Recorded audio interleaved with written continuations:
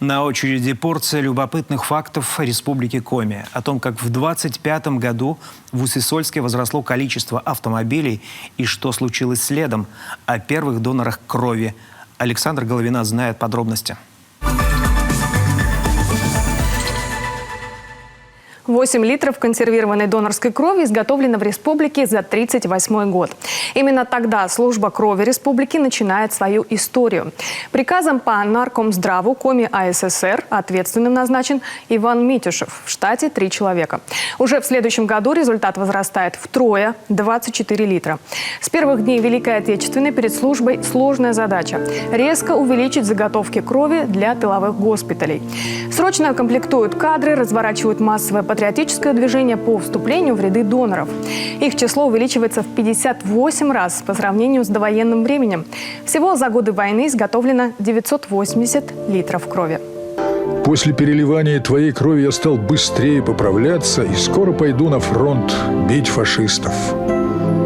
Тысячи писем посылали раненые солдаты из госпиталей тем, кто сдавал кровь во имя спасения жизни других.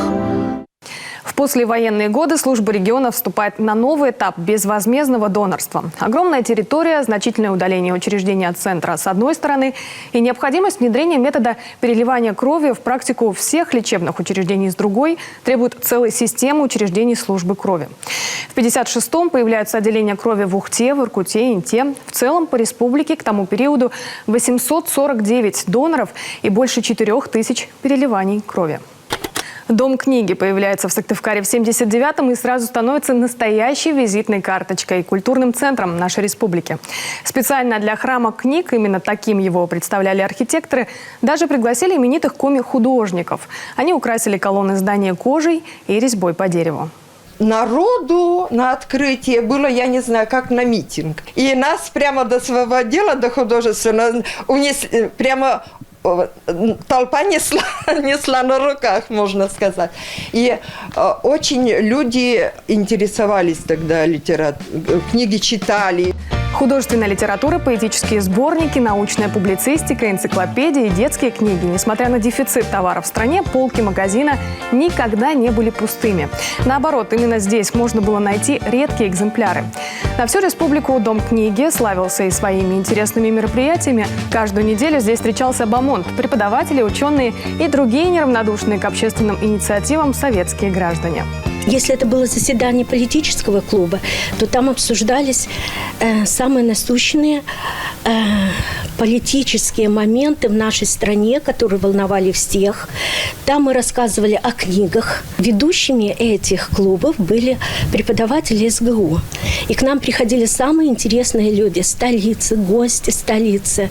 И на заседаниях этих клубов всегда был полный аншлаг. В то время Дом книги ежедневно посещало около 2000 человек, а годовой товарооборот достигал огромных для того времени 700 тысяч рублей. В пересчете по нынешнему курсу это больше 100 миллионов. 28 июня 1925-го Кирольский сельсовет обращается в Комисполком с просьбой издать распоряжение о прекращении бездельной езды на автомашинах и велосипедах по Кирулю. Ибо, цитата, «убытки действительно есть, а население волнуется». Председатель сельсовета сообщает, лошади наши непривычные при появлении чудовища бросаются куда попало. Все из-за первого автомобиля в Коми он появился у владельцев Кажемского завода. В 1934-м в Сыктывкаре первый автобус, годом позже и грузовой автомобиль «ГАЗ», знаменитая полуторка.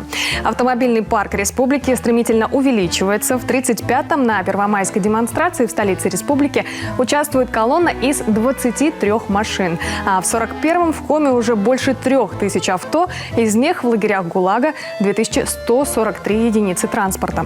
Водители часто ездят по тротуарам, аллеям парков, по любой стороне улицы, без номеров, фар, звуковых сигналов. Автоинспекция появляется в августе 1932-го, а должность государственного автоинспектора вводят только через 4 года.